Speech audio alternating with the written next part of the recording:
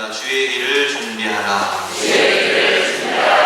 오늘 마태복음 3장 1절에서 12절 말씀으로 성서 일과를 따라서 강림절 두 번째 주일 하나님 말씀 전할 때에 은혜 되시기를 바랍니다. 우리는 누구나 기다리는 사람들입니다. 대강절, 강림절 이 기간은 기다림을 우리에게 가르쳐 주시는 절기입니다. 성경에서 기다림을 보여주는 가장 대표적인 비유는 열 처녀의 비유가 있습니다. 마태복음 25장 1절과 13절에 마태복음에 나오는 열 처녀의 비유, 슬기로운 다섯 처녀, 미련한 다섯 처녀, 그 말씀에 시작을 이렇게 합니다. 주님께서 천국은 마치 등불을 들고 신랑을 맞으러 나간 열 처녀와 같으니 그렇게 말씀하고, 마지막 끝날 때 이 말씀합니다. 그런즉 깨어 있으라, 너희는 그날과 그때를 알지 못하느니라. 여러분 혹시 누가 그날과 그때를 안다 그러면 속히 그 사람하고 멀어지시면 됩니다. 성경에 분명히 이렇게 그날과 그때를 알지 못하느니라 이렇게 말씀되어 있습니다. 그날과 그때를 알지 못하느니라 말씀하며 깨어 있으라 그랬습니다. 슬기로운 자들이나 미련한 자들이나 여러분 그 비유의 말씀에 보면 재미난 것 하나 발견할 수 있습니다. 슬기로운 자나 미련한 자나 둘 다 기다리다가 좋습니다. 그 본문을 가만히 들여다보면 슬기로운 자도 지혜로운 자도 미련한 자도 기다림에 지쳐서 피곤하고 힘들어서 좁니다. 여러분 그래서 제가 그 본문을 보다가 다시 보다가 예배 시간에 존다고 뭐라 그러면 안 되겠다 그런 생각이 스쳤습니다. 그러나 차이가 있어요. 지혜로운 자나 슬기로운 미련한 자나 차이가 있습니다. 미련한 자들은 등을 가지되 기름을 준비하지 아니하고 그랬습니다. 그리고 슬기로운 자는 기름을 준비한다는 거죠. 미련한 자는 언제 올지를 알지 못하니까 그냥 오시면 준비하면 돼 이러는 사람. 슬기로운 사람은 항상 기름을 준비하고 그날과 그때를 알지 못하지만 항상 깨어있는 사람이라는 것입니다. 지혜로운 사람, 슬기로운 사람은 그러니까 그렇게 차이가 안 나는 거예요. 지혜로운 자나 미련한 자나 그렇게 차이가 안 나는 거예요. 우리가 기름이 떨어지지 않도록 깨어 있어야 합니다. 그리고 주님을 기다리는 자. 여러분 그래서 그 비유가 가르쳐 주시는 내용이 이 기다림은 그냥 멍하고 있는 기다림이 아니라 깨어서 준비하는 때구나 하는 것을 가르쳐 주신다는 것입니다. 여러분 기다림에 승리하시기를 축복합니다. 준비하는 자로 살아가시기를 축복합니다. 힘겨운 시간이지만 기다림은, 그러나 그 기다림은 준비하는 기간이 되어야 된다는 것. 우리가 요한계시록 말씀을 이제 거의 새벽마다 보아서 마지막 장을 읽고 있습니다. 요한계시록 19장에 보니까 어린 양의 혼인잔치에 참여하는 거룩한 신부된 교회와 성도들의 모습이 그려지는데, 이 어린 양의 혼인잔치에 청함을 받을 수 있는 사람들이 누구냐? 이 기다림에 승리한 사람들입니다. 이 기다림 과정 중에 견디고 시험과 미혹과 유혹과 넘어지게 하는 문제들, 어려움들 속에서도 하나님의 나라를 위하여 살고 하나님의 말씀 붙들고 살고 믿음으로 살고 소망 중에 살고 사랑하며 살고 섬기며 살며 인내하고 살아가는 그 기다림을 이기고 견딘 자가 참여할 수 있는 것이 어린 양의 혼인잔치라 그랬습니다. 그리고 계시록 19장 8절에 보니까 그 어린 양의 혼인잔치에 입고 들어갈 예복을 성도들의 옳은 행실이다 그랬습니다. 옳은 행실, 믿음으로 말미암은 옳은 행실. 여러분 우리가 이 기다림에 승리해야 할 줄로 믿습니다. 여러분이 끝까지 이 기다림에 준비하는 자로 깨어있는 자로 살아서 하나님께서 우리를 통하여서 이루어 가시는 아름다운 역사를 세워가는 교회 되고 성도 되어야 할 줄로 믿습니다. 이런 의미에서 신앙생활은 기다림입니다.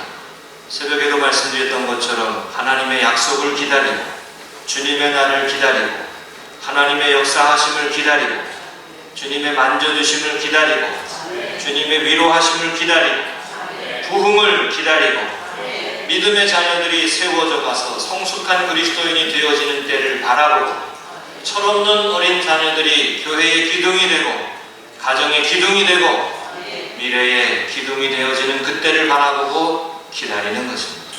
기다리고 투자하고 기다리고 섬기고 기다리고 인내하고 기다리고 그날을 바라보는 것입니다.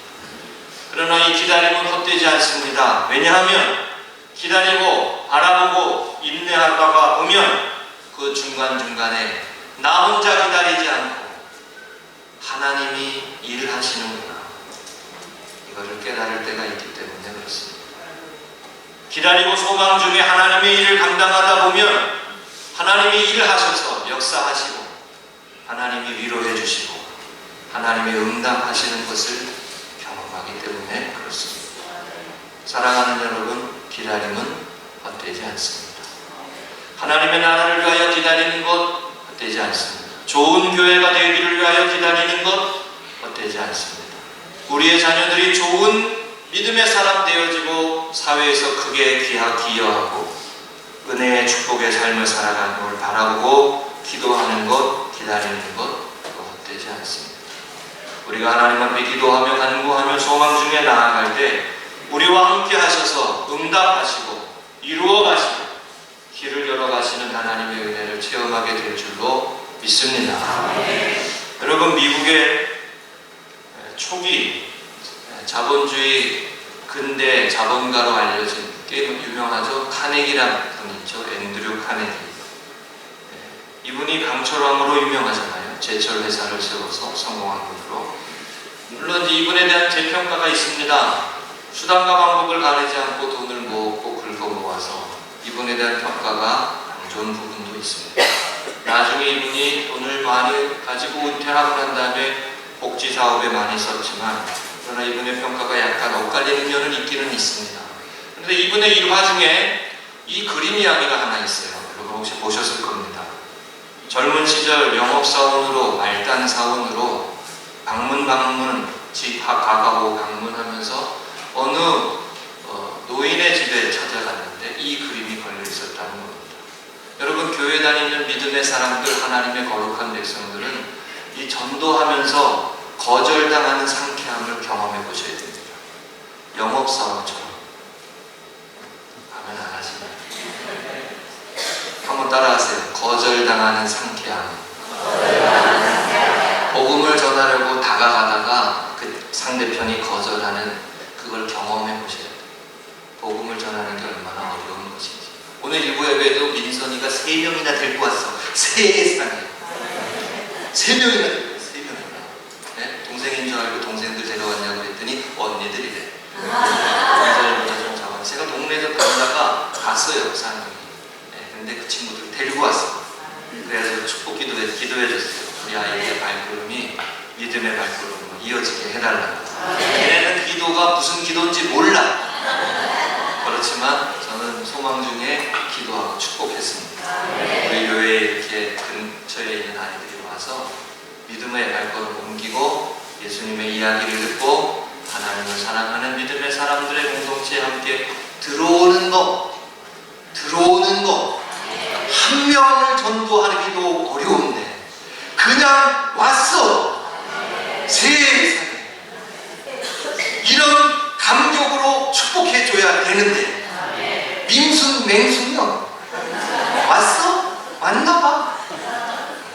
거절당하는 상쾌함을 느껴보신 분들은 그게 어떤 건지를 아십니다.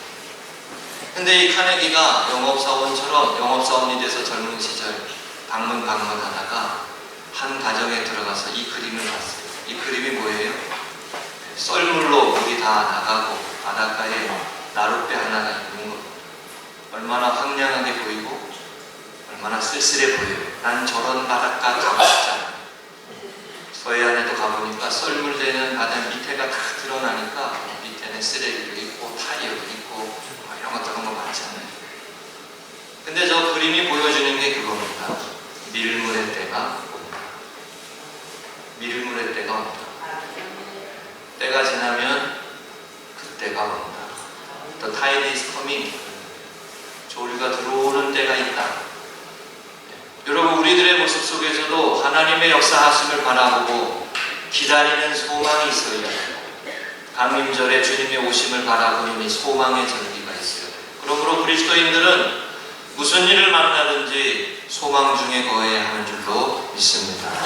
하나님께서 보라 내가 만물을 새롭게 하노라 말씀하시는 것처럼 새해를 시작하며 새로운 꿈을 갖게 하시고 새로운 기대를 갖게 하시고, 여러분, 저는 항상 새해를 시작할 때마다 하나님 앞에 기도하는 게 있습니다. 하나님, 새해에는 누구를 만나게 해주실 건가요? 올해는 여러분들 만났습니다. 이제 조금 익숙해졌으니까 누가 누군지 이제 알게 됐어요. 한 2년 지나고 막 뭐라 그럴까요? 2년 지나고 지금 막 뭐라 그래봐야 듣지도 않아요. 그죠? 근데 올해도 저에게 주신 하나님의 은혜로 여러분 귀한 분들 만나게 해주셨고, 전도하다가도 귀한 전도사님 만나게 해주셨고, 또 귀한 분들 만나게 해주셨어요. 여러분, 우리 교회가 만남의 복이 있는 하나님의 인도하심이 임하시기를 주의 이름으로 축복합니다. 여러분, 그 은혜를 사모하셔야 됩니다. 하나님의 때가 있고 하나님의 인도하심이 있고 하나님의 이끄심이 있습니다. 그래서 저 그림을 사무실에다 갖다 놓고 일생 저 그림을 보면서 사업을 했다는 거예요. 카네기에게 있는 이렇게 유명한 일을 합니다. 여러분, 우리는 기다리고 바라보고 소망하는 사람으로 그 때를 바라보고 그 때를 기다려서 기회를 놓치지 않고, 그 기회가 왔을 때, 하나님이 주시는 기회가 왔을 때 그 기회를 잡고 하나님의 영광을 위해 살아가는 믿음의 가문 가정 교회 되셔야 할 줄로 믿습니다. 오늘 우리가 읽은 이 본문의 말씀은 너무도 유명한 세례 요한의 사역을 말씀하시는 내용입니다. 요한은 예수님의 오심을 준비하고 기다리는 이사야의 예언처럼 광야에서 외치는 소리였습니다. 광야에서 외치는 소리, 석청을 먹고 험한 옷을 입고 광야에서 외치는 소리, 주의 길을 예비하라고, 주님의 오시는 길을 걷게 하라고 말씀하신 사역을 감당한 사람이 요한입니다. 오늘 기다림의 절기 요한의 본문의 말씀 보면서 세 가지로 은혜 나눌 때 은혜 되시기 바랍니다. 따라하십니다. 첫 번째, 너희는 주의 길을 준비하라. 3절의 말씀에 이사야의 말씀을 인용해서 광야에서 외치는 자의 소리가 있어 이르되 너희는 주의 길을 준비하라. 그가 오실 길을 곧게 하라 하였느니라 그랬습니다. 성경에서 예수님의 오심을 예비하는 자로 세례 요한의 사역은 너무도 중요합니다. 이사야 선지자가 주님이 오시는 길을 예비하는 자가 있을 것이다. 엘리야와 같이 구원의 역사, 사람으로 세워진 왕이 아니고 하나님이 기름 부어 세우신 온전한 왕, 완전한 왕, 완전한 다스림을 우리 가운데 세우시는 주님이 오시는데 의로운 가지를 일으키실 것인데 그 길을 예비하는 자가 있을 것이다. 그 길을 준비하는 자가 있을 것이다. 이게 요한의 사역입니다. 여러분, 울퉁불퉁한 길을 곧게 하고 구덩이가 있는 길을 평탄하게 하고 높아지고 낮아지고 험한 길을 평탄하게 해서 그 길이 올 수 있도록, 편하게 올 수 있도록 준비하고 예비하는 거예요. 기다림은 준비하는 모습이 있어요. 여러분, 하나님의 영광이 임하는 주님의 교회가 되기를 원하시고 바라십니까? 우리 교회가 부흥의 역사를 이루어가고 은혜의 역사를 세워가는 교회 되기를 바라시잖아요? 네. 요한처럼 준비하는 자가 되어야 됩니다. 하나님이 쓰실 때, 하나님이 쓰신다고 하실 때 칼 갈고 준비하고 있다가 하나님이 너 해봐 그럴 때 아멘 하고 할 수 있는 교회가 되시기를 축복합니다. 16년 동안 칼 갈았어. 저는 16년 동안 칼 갈았어. 제가 전에 교회에서 그 얘기 했어요. 칼을 갈고 있다. 나는 칼을 갈고 있습니다. 칼을 갈고. 근데 막상 칼 갈고 쓰려고 그러니까 너무 쓰면 또 안 되는 것 같아요. 준비하는 자라는 준비하는 자. 기다림의 기간은 준비하는 모습이 있어요. 여러분, 하나님이 우리 주님이 우리 가운데 오셔서 왕으로 다스리시고 온전히 믿음의 가정으로 세우시고 건강한 하나님의 축복을 받고 은혜의 역사를 경험하기를 원하는 하나님의 교회로 세워갈 수 있도록 여러분 요한처럼 주의 길을 평탄케 하는 이 기다림 가운데 준비하는 자로 승리하시기를 주의 이름으로 축복합니다. 슬기로운 다섯 처녀의 비유에 그 비유에 보면 기름이라고 했어요. 저는 그 말씀 읽으면서 기름이 성경에서는 성령의 역사로 비유되잖아요. 우리가 하나님의 성령의 역사로 준비하고 성령으로 충만하고 은혜의 역사로 우리가 성령의 기름 부으심을 따라 쫓아가다 보면 하나님이 우리 교회를 쓰실 겁니다. 아멘. 아멘. 하나님이 우리 교회를 지금도 쓰시지만 앞으로도 쓰실 거예요. 아멘. 할렐루야. 아멘. 새해에 여러분 기도하는 것 중에 이것이 있습니다. 가정 예배에서 하늘 양식.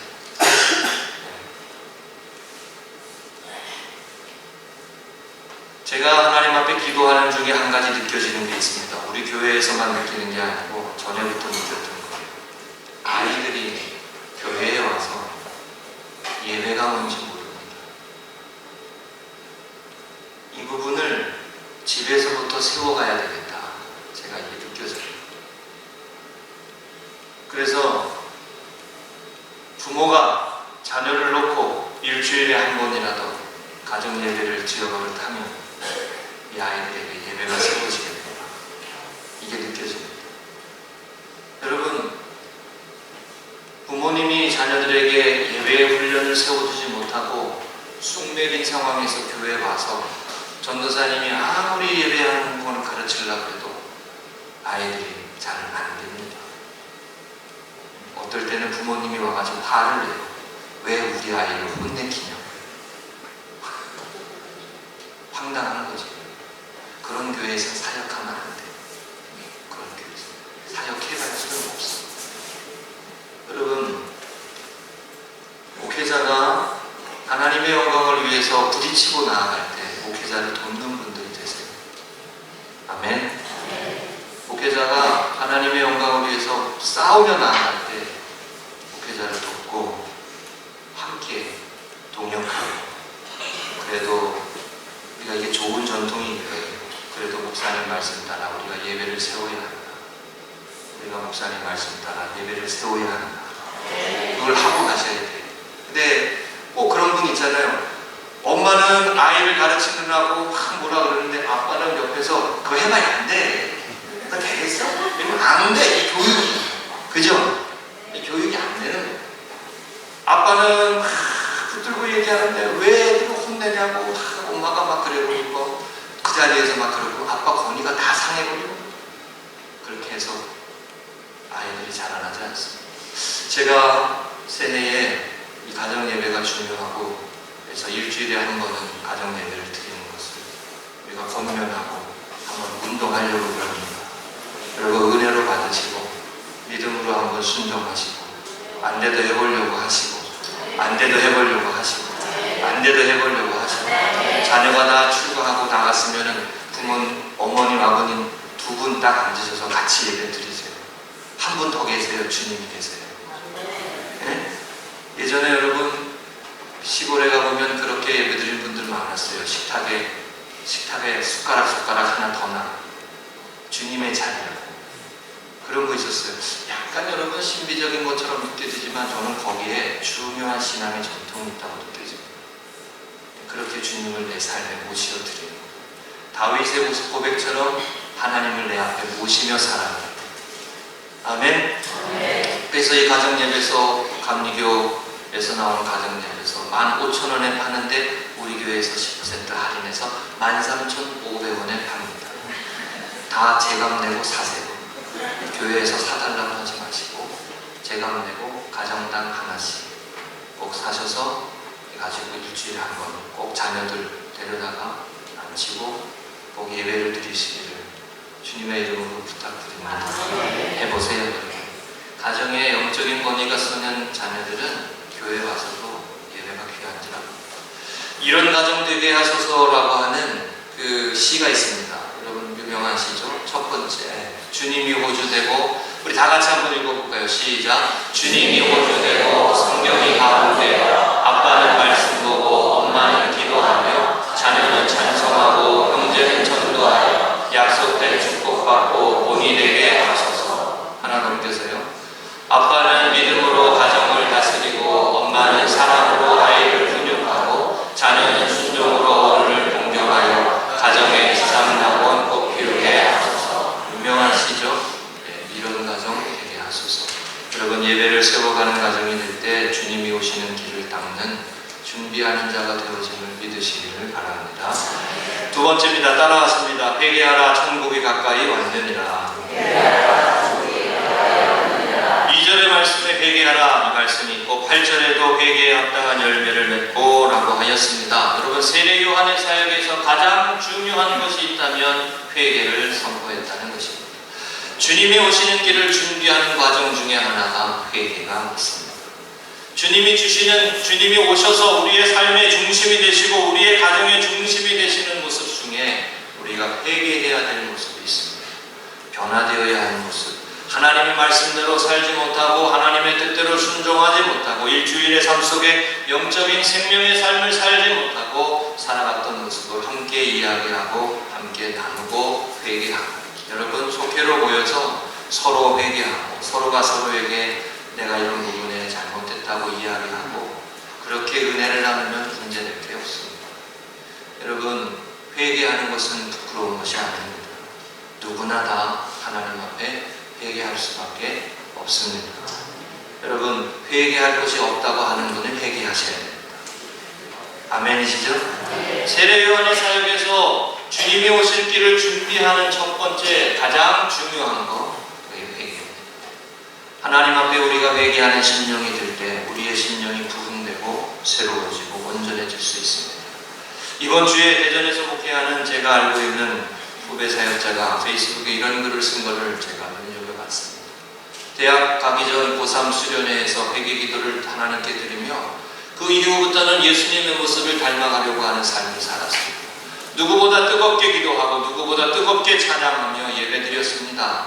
몇 개월이 지나자 뜨겁게 기도했던 모습과 함께 새로운 모습이 자신에게 나타났다는, 그게 사람을 정죄하는 모습이었다는 것. 나는 이렇게 뜨겁게 기도하고 나는 이렇게 뜨겁게 찬양하는데 저 사람은 뭐야? 나는 이렇게 열심히 교회에 충성하는데 저 사람은 뭐야? 왜 저 사람은 저거밖에 안 되는데 직분 줬어? 뭐 이런 거요. 쉽게 말하면 나는 열심히 하는데 왜 저 사람은 저렇게밖에 안 돼? 이런 판단하는 생각이 생긴다. 한번 따라하시죠. 판단은 주님만이 하십니다. 여러분, 우리가 부득이하게 누군가를 평가하고 누군가의 신앙의 영적인 모습들을 정리하겠지만, 연말에 그거 하겠지만, 왜 그게 시험이 되는지 아세요? 사람이 해서는 안 되는 일을 하기 때문입니다. 그건 하나님이 하시는 거예요. 그건 하나님이 하시는 거예요. 누가 누구를 정죄합니까? 누가 누구를 판단합니까? 하나님이 보시기에 다 도끼를 개끼려. 목회자는 별날래요? 내가 보니까 목회자 세계에 들어가 보니까 도끼 개끼려. 부끄럽지만 다 거기가 거기요. 목욕탕에 가보니까 다 똑같아. 사람이 입혀진 옷 다 벗겨나 보니까 다 똑같아. 누가 누구를 판단합니까? 주님이 판단하실 분이에요. 우리가 하나님 앞에 열심히 있게 나아가다 보면 이 실수를 하게 되는 거예요. 우리가 신앙생활 하다가 우리의 모습에 이것이 찾아온다는 걸 여러분 아실 겁니다. 내가 열심히 하는 만큼 겸손해지시기를 축복합니다. 내가 더 많이 주님의 영광을 위해서 한 만큼 더 머리를 숙이시기를 축복합니다. 그러면 하나님이 다 높여주십니다. 그러면 하나님이 다 갚아주십니다. 아멘이시죠? 그러면 하나님이 다 일하십니다. 로마서 3장 9절에 이것을 잘 말씀해 주시는 내용이 있습니다. 그러면 어떠하냐? 우리는 나으냐? 결코 아니라. 유대인이나 헬라인이나 다 죄 아래 있다고 우리가 이미 선언하였느니라. 우리는 나으냐? 유대인이나 헬라인이나 먼저 부름받아 구약시대에 선택받은 종이나 유대인으로 부름받은 사람이나 헬라인이나 다 하나님 앞에 죄인된 모습은 똑같다는 것입니다. 기다리는 때에 우리가 기억해야 하고 준비해야 될 것은 회개하는 마음을 잃어버리지 않는 것입니다. 회개하고 우리의 삶을 돌아보고 우리를 점검하고, 그래서 새로운 소망의 길로 인도하시는 하나님의 이끄심을 따라 나아가는 기다림의 백성으로 승리하시기를 주의 이름으로 간절히 축복합니다. 마지막 세 번째입니다. 따라 하십니다. 성령과 불로 세례를 베푸실 것이요. 11절의 말씀에 그는 성령과 불로 너희에게 세례를 베푸실 것이요 라고 말씀했습니다. 여러분, 이 세례 요한의 사역이 너무도 우리가 기억해야 할 중요한 부분이 됩니다. 세례 요한의 영성은요, 자기가 어디까지 가야 하는지를 아는 사람입니다. 그 이상을 넘어가지 않는 모습이었어요. 세례 요한은 회개하고 변화되어지는 모습, 회개하는 모습, 거기까지예요. 그 이후는 주님이 하시는 역사임을 알고 자기는 뒤로 빠집니다. 여러분, 이게 사역자입니다. 이게 종입니다. 쉽게 말하면 이겁니다. 어떤 사람이 누군가를 제자 삼아서 양육을 했어요. 그 사람의 제자가 아니고 예수님의 제자가 되게 해야 하는 거예요. 아멘이시죠? 아멘. 교회의 일꾼이 되게 해야 되는 거예요. 자기의 일꾼이 아니고 교회의 일꾼이 되면 문제가 없어. 내 일꾼이 되고 내 사람을 만드니까 문제가 되는 거예요. 그러면 교회가 깨지는 거예요. 수없이 많은 교회가 그렇게 무너지는 거예요. 왜 내 사람을 만드냐고. 하나님의 사람을 만들어야지. 왜 내 사람을 만드냐고. 주님의 일꾼이면 되지.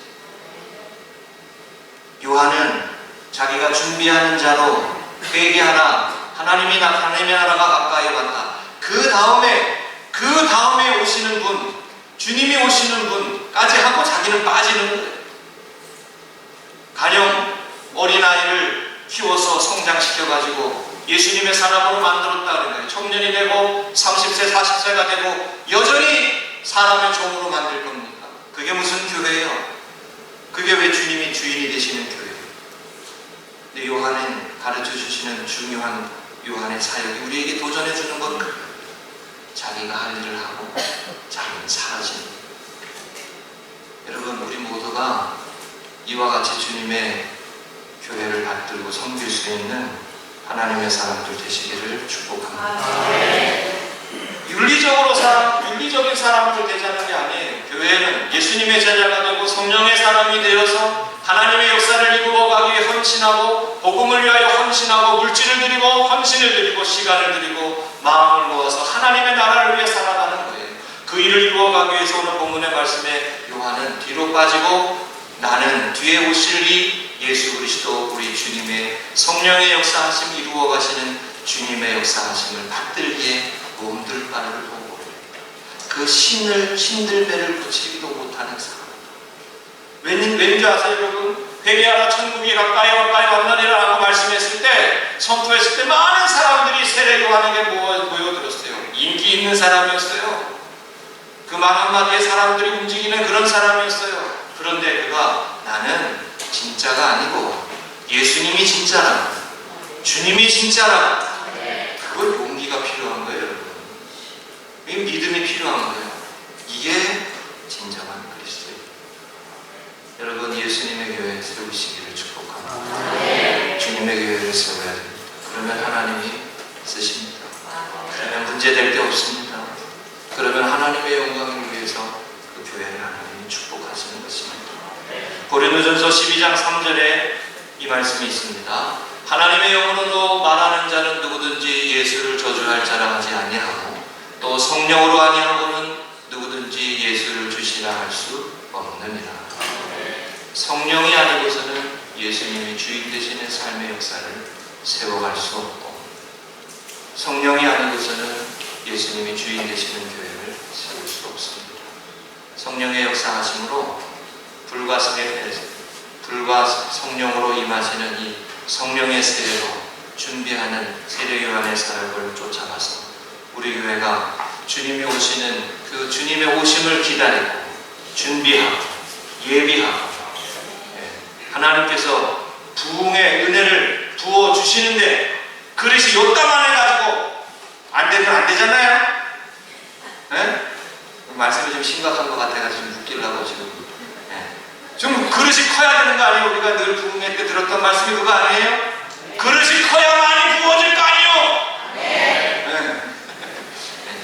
우리가 주의 길을 준비하는 자로 마음을 넓히고, 고린도전서 말씀에 마음을 넓히라 그런 말씀이 있어요. 여러분, 마음도 넓히고 우리의 그릇도 키우고 큰 사람 되고, 이 사람이 와도 깃들 수 있고 저 사람이 와도 깃들 수 있고, 그런 하나님의 큰 교회 되어져서 우리 주님의 길을 예비하는 하나님의 교회로 승리하시는, 이 기다림에 승리하시는 믿음의 성도들 되시기를 주의 이름으로 간절히 축복합니다.